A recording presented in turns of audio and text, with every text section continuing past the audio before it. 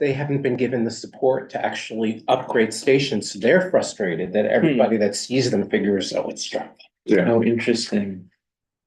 Okay, so we are live streaming and Okay. recording, so we're ready to go when you are ready. All right. Well, here we go. Welcome to the March 17th, 2025 meeting of the Housing and Homelessness Committee. My name is Rich Mintz and I'm the chair of the committee. Tonight, we are joined by Community Coordinator Brian Lafferty. This meeting is called to order at 6:32 p.m. Actually, will someone take a picture of me ring the gavel? Sure. Do that. I've never actually Yes. hammered the gavel. Put that Ready? with the social media. Do you want me to take a video too? No, it's okay. I As guess a- it's recorded on YouTube anyway. Yes. Oh, yeah, it is. As a reminder, New York state law requires all committee members who are not able to attend the meeting in person to have their cameras on and their first and last names displayed from the time the meeting is called to order until the time the meeting is adjourned. Members of the public who are attending virtually, you can raise any questions or comments that you have through the Q&A feature of Zoom. Members of the public who are here in person, you can raise any questions that you have by raising your hand. If there's time following our discussion, we will field questions from the public. We need a volunteer to take minutes tonight. If you are able to take minutes, please let us know. Okay. Thank you. We will now take attendance by roll call. Brian Lafferty will conduct the roll call. Thanks, Rich. When I call your name, please let me know that you're present. Kyle Assad. Don't see Kyle. Eric Goldberg. Thank you. Nat Kalani. Nat. Katie Landa. Present. Thank you. Sandra Leftoff. Here. Thank you. Alec Military. Present. Thank you. Rich Vince. Present. Thank you. William Shrednick is excused. James Spear. Present. Thank you. Jerry Weinstein. I'm here. Thank you. So 7 of 10 members present, we have a quorum. Excellent, thank you. The agenda for tonight's meeting was distributed ahead of time by the board office and is reflected on the screen before you. If there's no objection, we will adopt the agenda. Members of the committee, if you object to adopting the agenda, please raise your hands. Hand, not all of your hands. Okay, seeing no objections, the agenda for tonight's meeting is adopted. The minutes from the June 11th, 2024, December 16th, 2024, and February 20th, 2025 Housing and Homelessness Committee meetings were distributed ahead of time by the board office. If there is no objection, we will adopt these minutes as drafted. Members of the committee, if you object to adopting these minutes, please raise your hand and indicate which minutes you object to. Seeing no hands, we will deem the minutes adopted. In order to conduct an efficient meeting, number one, no one may speak until granted the floor. Number two, members who are here in person, if you have a question about community business or wish to make a motion, please raise your hand and I will identify you. Committee members unable to attend in person, if you have a question about committee business, you may raise your hand through Zoom and I will identify you. All committee members, it's important that only one person speak at a time so that members watching at home can understand what is being said by each committee member. The chat function for committee members present via Zoom should not be used for committee business. All such remarks should be made on the record by raising your hand through Zoom.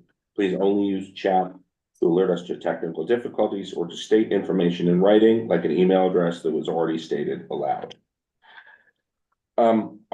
My goal was that we run a little short this time because I keep running us past an hour, which is why I kept the agenda short. We have two topics. One is to continue our discussion about doing a housing survey.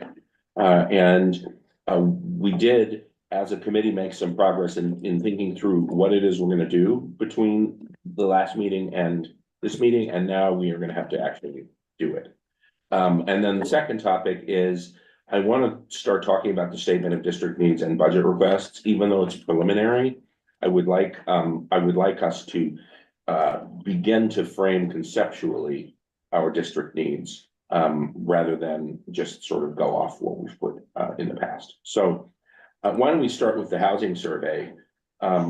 You can see a document up on the screen, which is a sort of a summary of what it is we're proposing to do.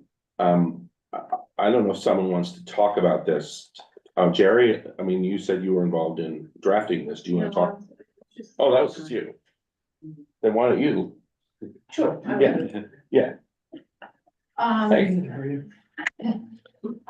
So, then I basically put together a working document so we can move ahead, gathering data on the nature of housing in our district, right? And so probably we'll do this in 2 points. First of all, what's our goal in doing this? And so, we have certainly more than one goal. But I assume you folks have read it, so we don't. Yeah. Should we just make that assumption and go back to what's there? But basically we want to do a very concrete survey of what have we got? Because often we're making proposals about what we want without knowing what we've got. And so that seems more like what we believe as opposed to what's actually out there. Yeah. So this survey will enable us to say, well, we've got this number of rent stabilized apartments, and if we can get the data we hope, and this is how it's declining, or this is where it exists, or, you know, where in our district is it? These are the market rates apartments that we have. We know one of the issues that we heard in December was good cause eviction is a function of market rate. It's about market rate apartments, but only certain ones, right? Mhm. And so what we would want to have is also, well, when was that, what is it called, certificate of occupancy? Yeah, certificate of occupancy. So what we want is, well, what are the buildings that relates to? So if we want to do advocacy in terms of letting people know about good cause eviction, we need to know what apartments they really apply to. So we want that specific kind of data. We'd like to know, and so if we want to advocate for more affordable housing, and affordable housing that really represents not just our community, but the city, we need to know what we've got already, right?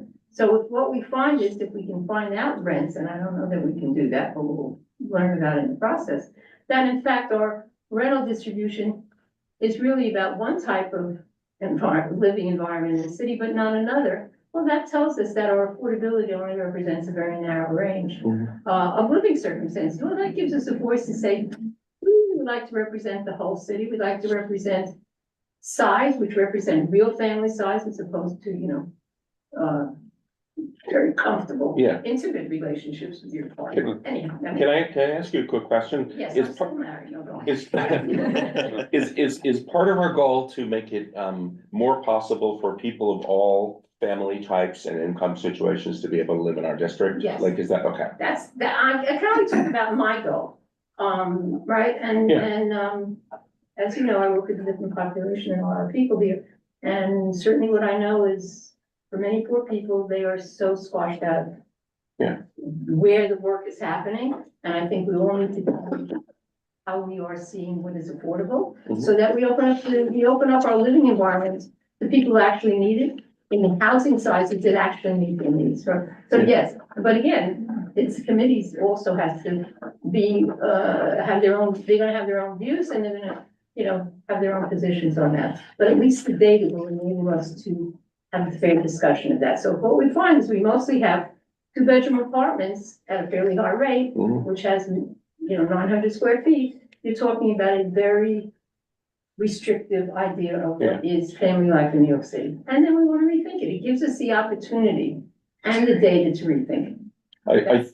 Yeah, you should go back to your summary, but before you do, I want to ask, are you thinking that we would figure out what our numbers are and then compare them to the city as a whole? Yeah, so that's part 2 of this. Okay, all right, I'm getting ahead of I you. mean, it's a really interesting question.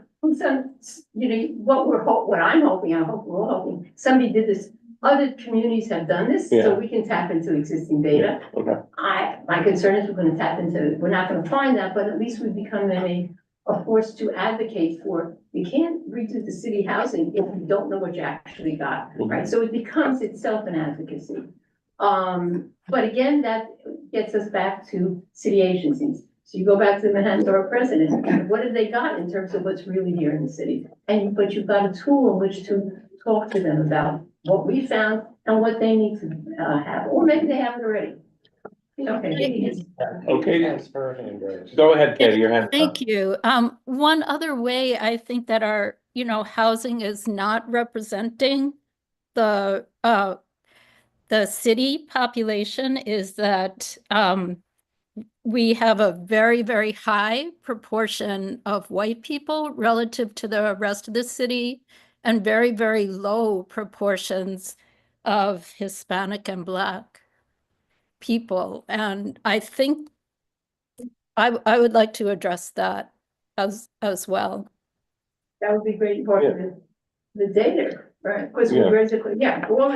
great, that's a great point. That's true. Housing is, it's three things, right? It's the physical structure, Yeah, it's the cost, and it's the people who live there, and all of those are part of this. That's a good Yeah. point, thank you. We have hands up. Would you like to go? And then, Jared? I was wondering, the buyer market seems to be excluded from this survey. There's nothing about of course, I co-ops talked or about- condos, oh, you mean the co-ops and condos? right? Yeah, Because, I mean, it all kind of ties together. If someone Yeah. eventually moves into a point where they can purchase something, then that frees up the rental unit. right. And also a lot of condo buildings have rental units in them. Less so with co-ops because of the tighter rules on that, but Yeah, I mean, it's good to know what we have, simply because that's, as you say, that's part of the equation of what the units are that are available. Yeah. You live in a condo unit, right? I'm in rental in a condo. Yeah, so you know all about Do you that. want me to give my history of living? Yeah, no, I know, but that's why I'm raising it, like, you know all about it. Oh, yeah. Cindy. Just say that actually, I think that would fit into one of these categories anyway. So it's not necessarily just, it's anything that's for rent, and that would. Oh, you mean the rentals and condo units would Rentals be, and yeah. condos would fall under one of these categories. But it's a good subset to be aware of, But because they these are have, bought, right, these are ownership, the rentals are not ownership, so why would you, where would you put it? No, I'm saying if you are renting in a condo, you would probably fall within one of these categories. the rental categories. You call it a rental Yeah. category, right, no, absolutely. That's on the list. But we we do do also how it applies to building stock, Yeah. how many Yes. buildings are rental versus how many are condos. Yeah. or co-ops. I mean, I think you raise an important point, which is that we do need to understand all the types of units that are available as part of this. Right, no, absolutely. Okay, And lots of those rent stables are getting both as these buildings go condo and co-op too, so you got, that all ties together, it's Yeah. very cool. I mean, before you go on, can I just ask a general question?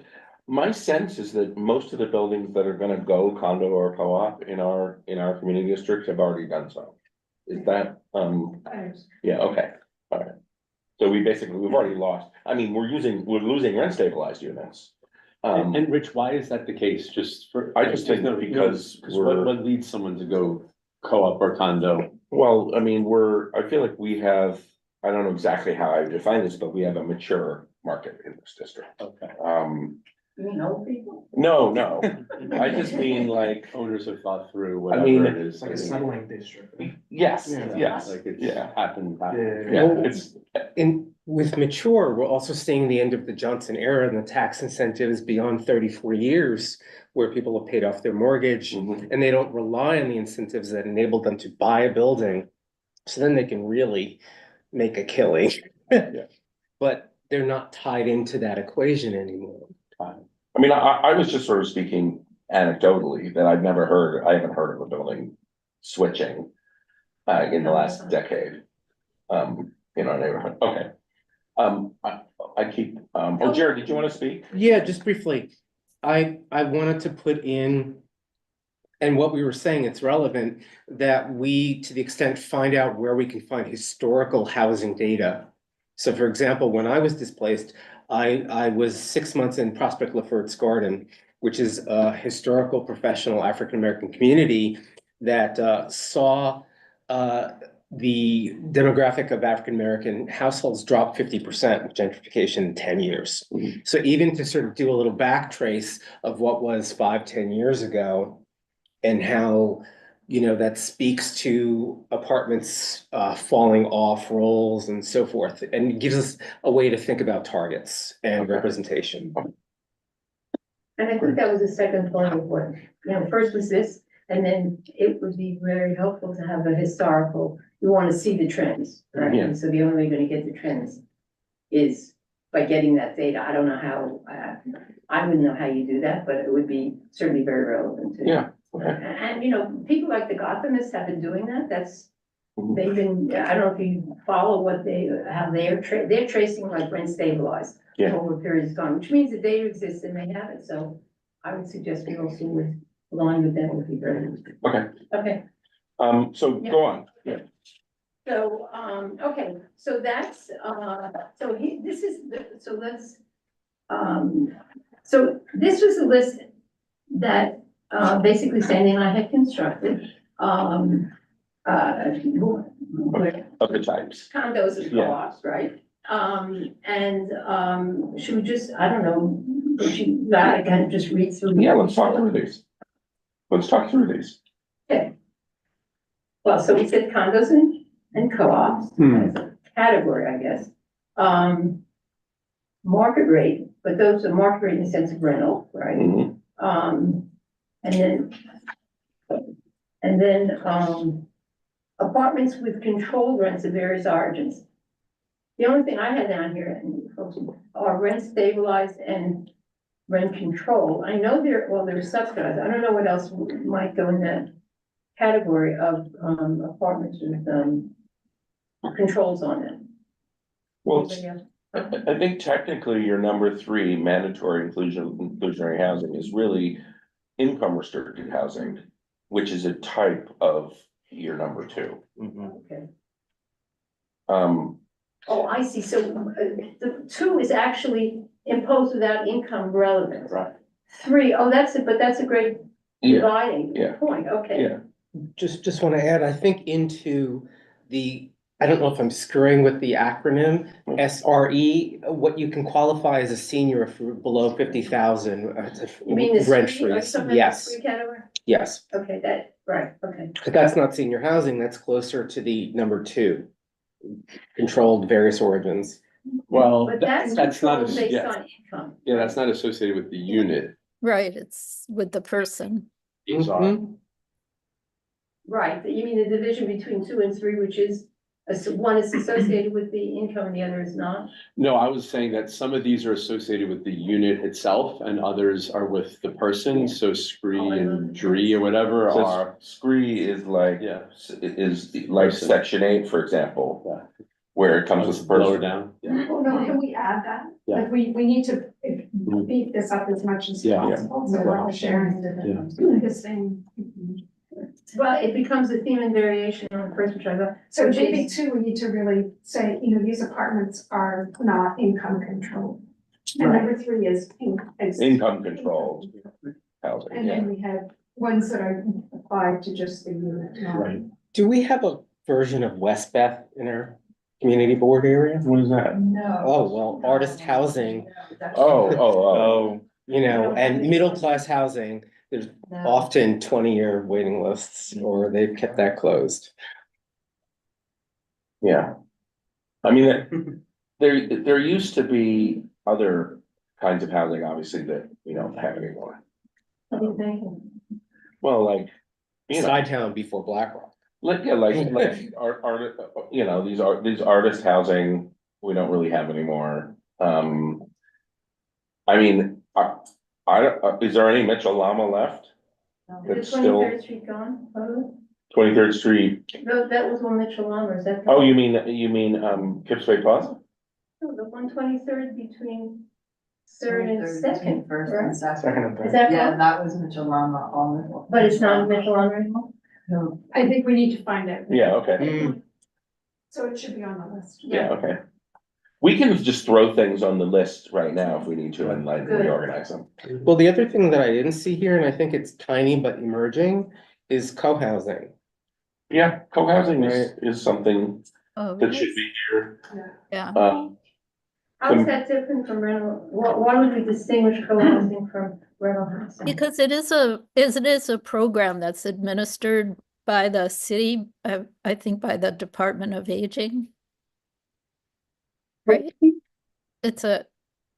I don't know if it's associated, I don't know if we could get data on the number of units. Or if that's, a program that's by the people and not by the housing unit. I don't know, but it would be interesting to look into that. We should look into it. Did you have your hand up? Yeah, no, I was just saying that concept is pretty dynamic. Yeah. Because even if you freeze people's rents, say with scree, rent stabilized and scree, when they retire, they cannot afford to pay their rent. The concept of co-housing, as opposed to now you retire and you've lost your housing is pretty dynamic and is on the frontier of. And that's particularly for aging and with the aging population? Or- It could be with the aging population, specifically in CB6, like when they froze the rents at Waterside, people said, it's great now, but we're working 3 and 4 jobs, and when we retire, even though you've frozen the rent at a certain level, we're not gonna be able to afford to pay the rent. So if you were in a 3-bedroom apartment, and now you have an empty bedroom, the concept of co-housing or participating in a program like that would make it so that you could stay in the neighborhood and age in place. It is a program that's administered by the city department for the aging. Okay, It's we will look into it. definitely administered. They sent me information on that. Lived Are they trying to experience recruit? as an elderly person. Yeah, okay. And since we're talking about unconventional or atypical forms of housing, we shouldn't forget community land trust type stuff, even though it's sort of quasi-owned. We actually had that in Cuttermore because it seemed like it was too narrow. You think it's too narrow?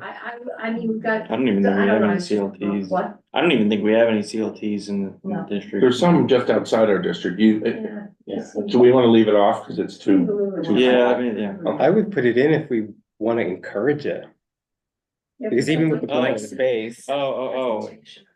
So, I mean, it's probably not part of it. Yeah. Okay. I mean, we're on I see what record you're as saying. saying That's a that we good point. support it. Then So- maybe it's not the survey, but it's the presentation. Right, Okay. That's a good point. Should I just, Yeah, please go, please go. so public housing? And by that you mean NYCHA Actually, operated that's all I housing. thought Yeah. of, but if anybody's got any other thoughts, please. Well, can I ask a question? Like, what do you think about things like nonprofit run housing for people with disabilities, for example? Like there's the apartment building for people with visual disabilities on 23rd Street. Like, is that sort of thing a category? Anybody know anything about it? And is it affordable housing, right? Is it just Well, specific? I don't know whether it's affordable, but if we're doing an inventory of all these types, I assume it's subsidized. Yeah, then we should add it to. So is that subsidized? So we got this category. What's subsidized housing? That's the part I sort of got confused. I mean, And is this like public housing subsidized, or do we need to split hairs? well, remember there are two. Like- Go ahead, Katie. Like community-based group homes. Yes, community-based group Yeah. homes. And when you say that, are you inferring that they're not for profit? I'm thinking that they're not for profit, yeah. Yeah, usually they are run by not-for-profit agencies. And they do get Medicaid funding because it's part of, the arc of deinstitutionalization. So it was shifting, people over the long term from nursing home care to community-based homes. So Medicaid Katie, does pay for that. do you know if we have any for-profit nursing home or care homes in our district? I Yes. don't, but that's an important category. Came to land use and waterfront. Oh, so well, Sandy says yes. Yeah. Surprised. Do we have community-based group homes for, and now I'm confused, for individuals with disabilities was one, and then I guess just in Wasn't there one else general. on the street? Yeah, no, I mean, I was thinking specifically of homes for people with disabilities. So do we have? I don't know. You We do probably raise do. explicitly, we're not. Do we have halfway homes? People who have been deinstitutionalized, maybe it's a space for 5 people. Yes, it may be permanent. We can call it transitional, but I don't know if they exist here. I mean, we should probably look into the scope of the types of housing that DHS deals with. On the continuum, you know, like Katie was talking about, on the continuum from shelter to permanent housing, there's like 3 or 4 categories. I don't want us to get distracted because this is primarily about housing for people who are not homeless. And I don't wanna lose sight of that, but that doesn't mean we shouldn't look at that homeless to house continuum also, as sort of secondarily. Katie, did you have something you wanted to say? No. No, Yes. but I just thought of another thing based on what you just said. Go ahead. Go That ahead. when I read this list, I thought, oh, we should include supported housing, but then I read the statement of community district needs, and it said we have only 1 unit of supported housing in the district. One building. That amazed me, given that we have, Yeah. so many shelters. I mean, we're pushing for it year after year. Yeah. And we just got, I mean, well, just 2 years ago, 3 years ago. You know, I mean, there's a project moving forward to build a bunch of units, but, you know, everything takes 10 years. Can I ask an IU question? Yeah, go ahead. Exactly, supportive housing. Supportive housing is, independent housing for people who also, need or benefit from social services in the building. So like, and, you know, it's housing for people who are in transition from, some sort of shelter or care situation to the open market for housing. Okay, thank you. To go back to what we were saying a minute ago, you know, you were asking, Sandra, about subsidized housing, and you know, I mean, subsidized housing often is just market housing where someone else is paying part of the rate. And That's section 8. like Section 8, for example, but Section 8 is not the only one, like, you know, City has programs. there's exactly, I have a friend who, but the city has programs. I have a friend who gets a city subsidy for housing for people living with HIV, for example. Through some program that I didn't know about until he told me I need help with my housing voucher. And I imagine there are probably others, because I the city wonder is. if there's VA subsidized housing too, because I know that There the is. VA. VA had like a very successful program for homeless veterans that really got a lot of them into housing. I mean, I sometimes when we're having this conversation, at least on programs, it feels like there's 3 categories. There's programs that support the person, there's programs that support the owner or the landlord, and there's programs that support the housing unit itself.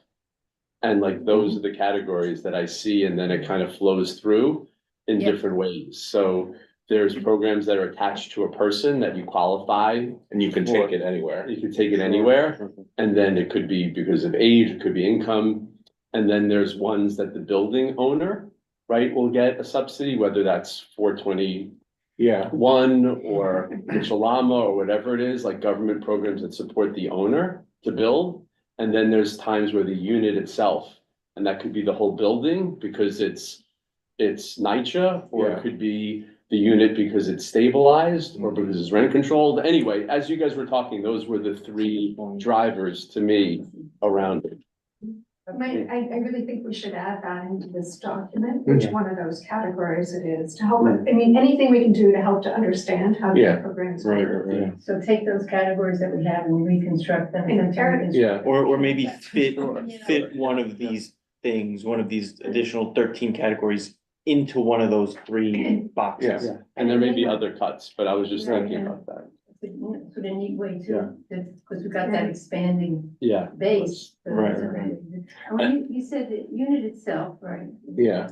But then you also said the building, and then you said the individual, right? Which would be Yeah. like section 8. And then there was the third one. Well, I think those were the three. It was the building- unit, the building, and the renter. Yes. Okay.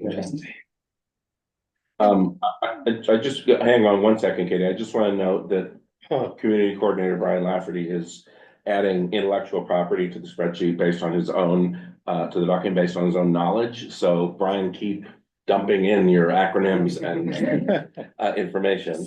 Yeah, thanks, Brian. Go ahead, Katie. Okay, I was wondering, do we want to add a category for student housing? Because I know I live in Stuyvesant Town, and I know that Stuyvesant Town has agreements with NYU around, giving some of these apartments to their students, and I don't know if there are special rents that go with that or not. know, It seems to be a pretty No, large. it's a good point. I mean, the dorm that is at between 23rd and 24th and 3rd Avenue. Yeah. Was pioneering for the neighborhood, and that's NYU housing complete with shuttle. So that's. Yeah, been our- I live across the street from that. Yeah, and look directly into the windows of those. Can you say that? Does it- I look. I've seen a lot. Yeah, Are you so. forming an indictment here? So there are two different things, right? There are dorms that are dedicated. Then there are essentially free market apartments that are gobbled up by institutions, like Katie was talking about, rentals. And then there are apartments that students take on their own. And that last part, we can't really track. But if I may, I think you also implicitly raised the point that whether or not it's student housing where they're subcontracting because there's a shortage. Yeah. We saw that with migrants, that Yeah. the Roosevelt Hotel is, so how much subcontraction is going on that reflects various shortages? Yeah. Yeah, and I think that there is some sort of a contract between NYU and the Stuyvesant Town. There must be, Yes. Yeah.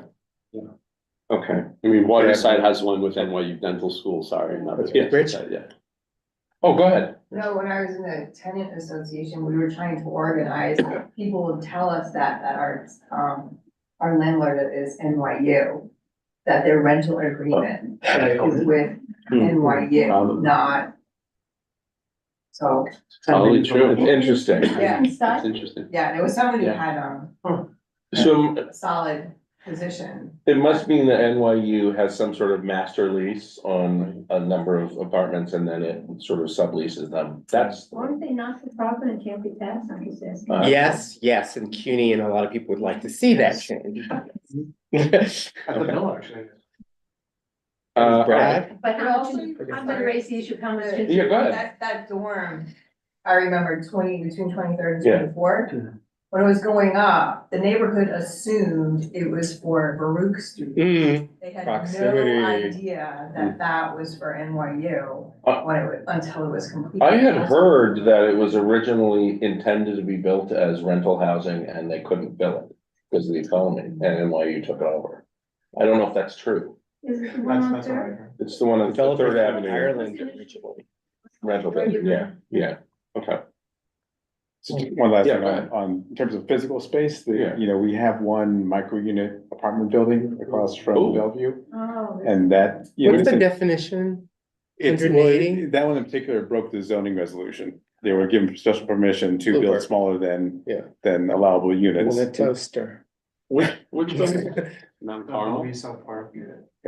I remember. Oh, Mount Carmel. Oh, the one with is that the one with the coffee shop on the ground floor? Coffee. I didn't know that. Yeah. Yeah, it was prefabricated, really. We interesting actually, project. the board actually led that, I We remember first got- going on a tour with this guy. But, it addresses certain things where you can put more units in So a is smaller that a space and- discrete category, micro? I mean, you can throw it in for now. We can. And I expect we'll have a debate. Actually, I think you Good should and add bad. different in nature. But it's such a small amount. Yeah, I but mean, I think that's, knowing how many, yeah. right? Well, I think one of the Side building. questions you're gonna wanna get to is how much in the weeds we wanna go, Yeah, right? and we'll find out as we We'll go. nuts. Probably right now. Do we want it? Is it part of a solution? Well, yeah, You're putting more units in Yeah. a smaller space. I'm rhetorically. I know, survey.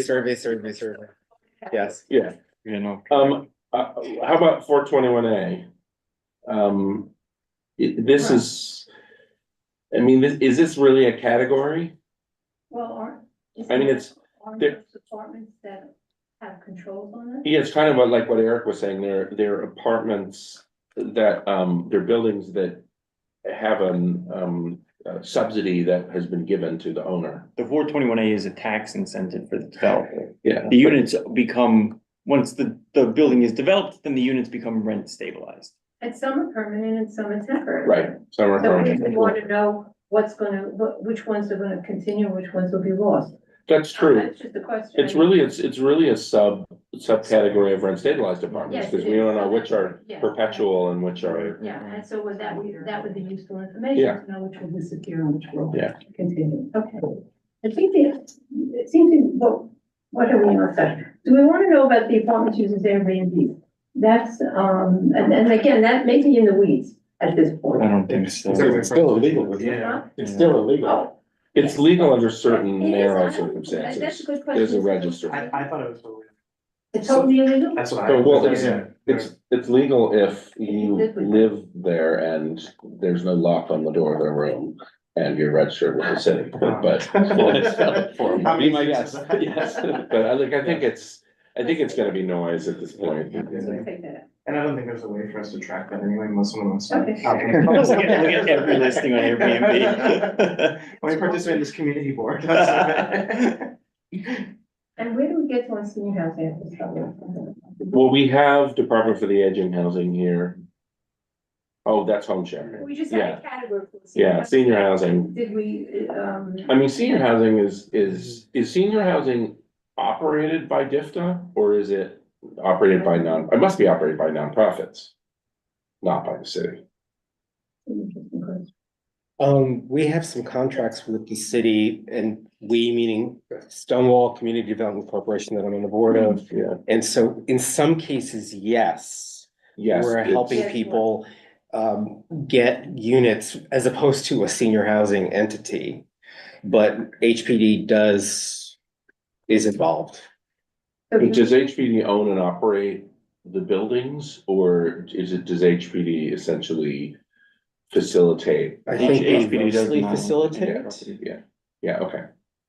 Well, we can leave And what senior contract that housing out. is open for the moment. We have a 7-figure Okay. contract. I mean, I'm excited about this because we've turned up Chump change. 8 or 10 new tiny subcategories of housing that I forgot about, so. Good. Go ahead, Sandra. No, okay, do we want to, okay. Did we want to come up with a list that we would then, one of the things we want to get to it in this meeting was a specific list divided up amongst us so we can get started. So we may have lots of, micro topics, but in Yeah. terms of our getting organized and getting something done before we stop for the summer, we want to consider how much in the weeds we want to go. And what then, if not, do we want to pick up as topics that we can actually easily get some data on and begin our search on? So that we also learn how to use the data analytics that are around to help us, et cetera. Yes. So it sounds like then we have probably 5 or 6 high level categories. And I'm gonna say these and then you can see how it sounds. We have, and I'm leaving aside owned units, condos and co-ops for the moment. But in terms of rental apartments, we have market rate apartments. We have apartments with unit controls on the rents, like rent stabilized. We have apartments with income controls.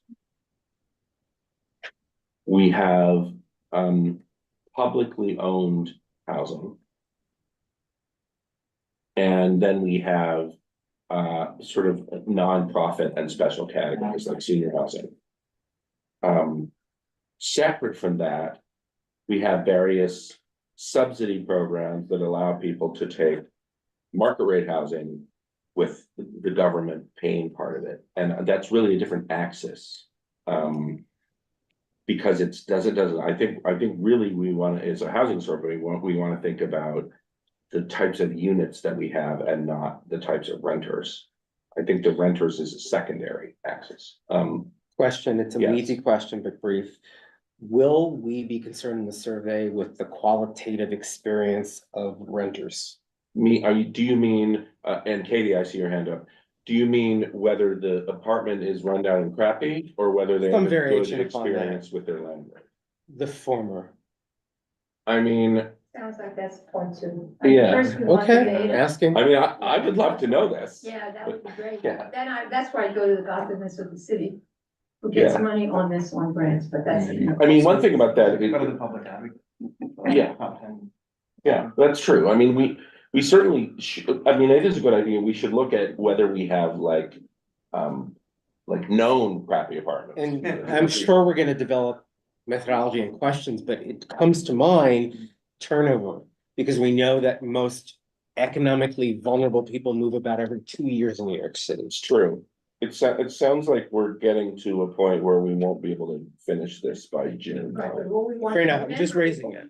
do Here, is get the Yeah. category, start collecting the data, and there are great questions that are coming up. I would call those part two of this, and if you get into that, you'll never get to what, you know, Yeah. you get the basic It'll be in the data, record. and that's what we're trying to I do. always worry about things. I want to let Katie speak since her hand's been up. Oh, thanks, Rich. In terms of the way you're categorizing the different housing programs we have here, I think it's really good. But I do want to say one thing, that when I saw Section 8 on the list, I thought, but that's not the unit, that's the individual that gets the Section 8. But then I kind of did a further dive on that and saw that both NYCHA and the New York State Division of Housing and Community Renewal have lists of landlords who will accept Section 8. So there is some way to count that. I don't know. That's illegal. I was gonna say Yeah, that. Every landlord has to And accept if they're, that list. No, exists- it's optional.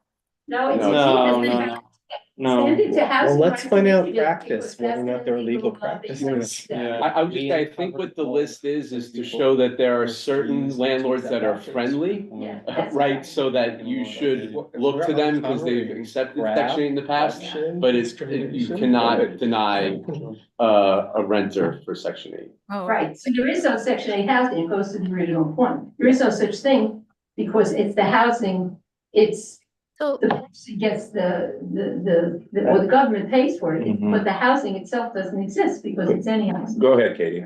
okay, so why do they keep those lists? I think it's because they're landlords that are in the business of renting to people with Section 8 vouchers. They have mechanized the process, and figured out how to do it profitably. Personally, I think any landlord should take it. It guarantees payment of a big chunk of the rent every month, but. Okay, so, I want to keep us moving. Okay, because and then it- one other thing, sorry, that I No, think along with the types of housing, that we should collect some kind of statistics on rent, so we can do like range If and we can. average and I think we're- and ethnicity and race because of the Rent and ethnicity. segregation in this. I mean, we certainly can do ethnicity of the population, and we probably can do ethnicity by household. Because that would be census data. But I don't think we can map ethnicity onto housing types. Well, you could if the census data has the address, but it would be. But the census data doesn't know whether they're in a rent control apartment, for example. Big brother, that's. Yeah. Yeah. It could be done probably, but it would take a whole lot of work. The Furman Center could do it, but I don't think we Yeah, can. right, that's true. But I'm not saying it's a bad idea. I'm just saying it's probably not practical for us.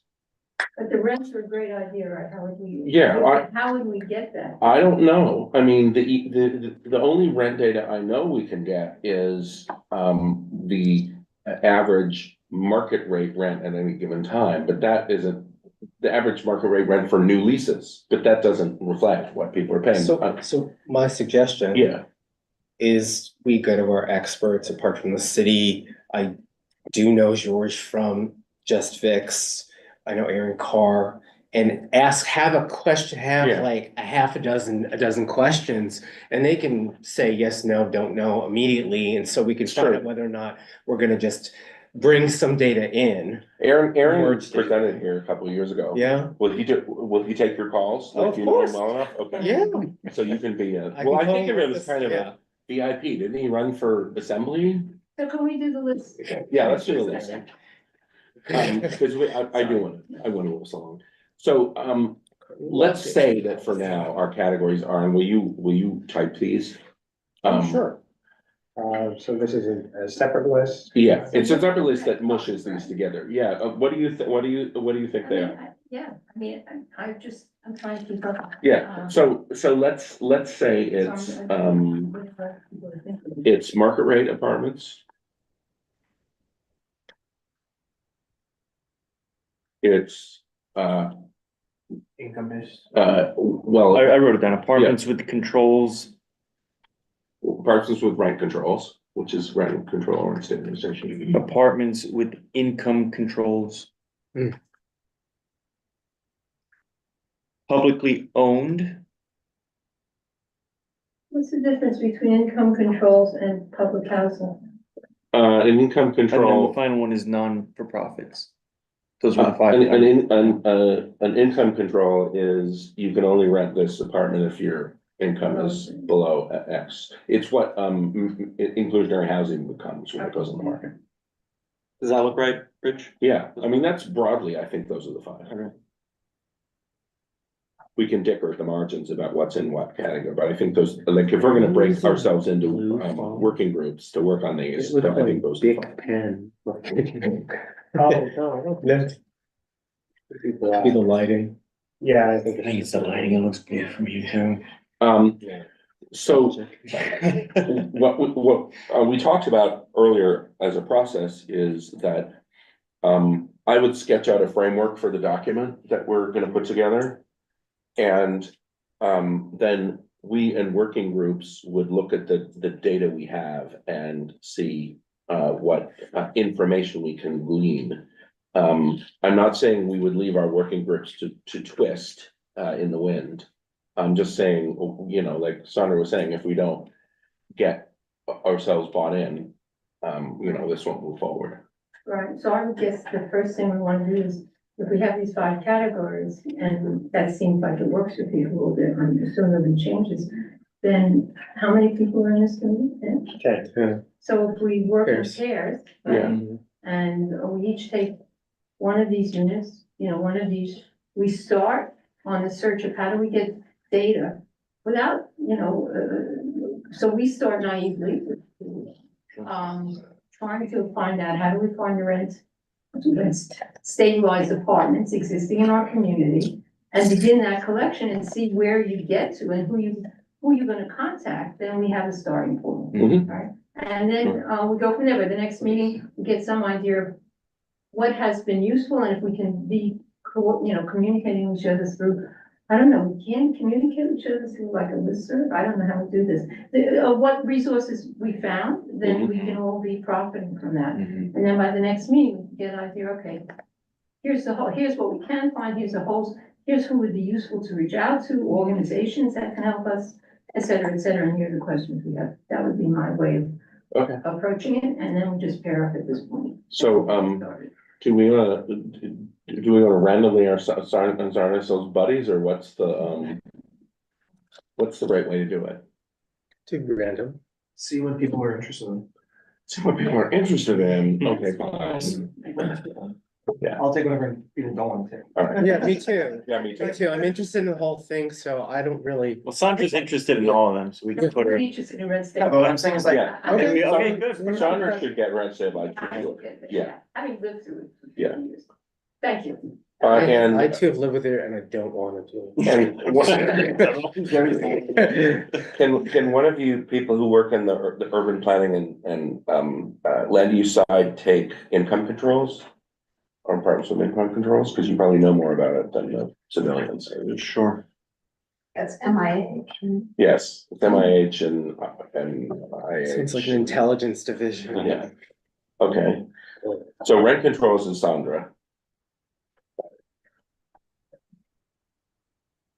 Not a The lot. question, is there anything beyond stabilization and controls which constitute rent control? So far, I think those are the only ones we thought of, Okay. yeah. I'm interested in nonprofit, but if. Yeah, me Still- too. Yeah, I Me think too. we I'll, should. I'll take that with you, Jerry. Okay, Cause great. that's where Awesome. both your heads are. I should take market. Cause nobody wants it. Kyle, do you wanna take publicly owned housing? And then everyone has not been assigned needs to join something. What do you wanna do? Either one or four. One or four? Okay. And who's missing? You're I missing. could do one since I am one. Perfect. Sad. Yeah. You wanna, reach out, Livia's excused? Libby's Trying to, yeah, so just. keep her So in the what mix. did Livia win? I can't see. 2 or 3. Let's put Livia in 3, and who's not accounted for?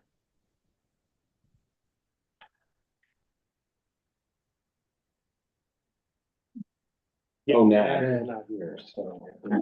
So Nad gets 2, Two. yeah, that's fine. He's done. We're gonna be experts. All right. Good, so, I have an action item over the next week, which is to start to sketch out what this document might look like. So that you all have something to work with. Okay. And Brian has an action item, which is to collate the information sources that we think we have, the data sources.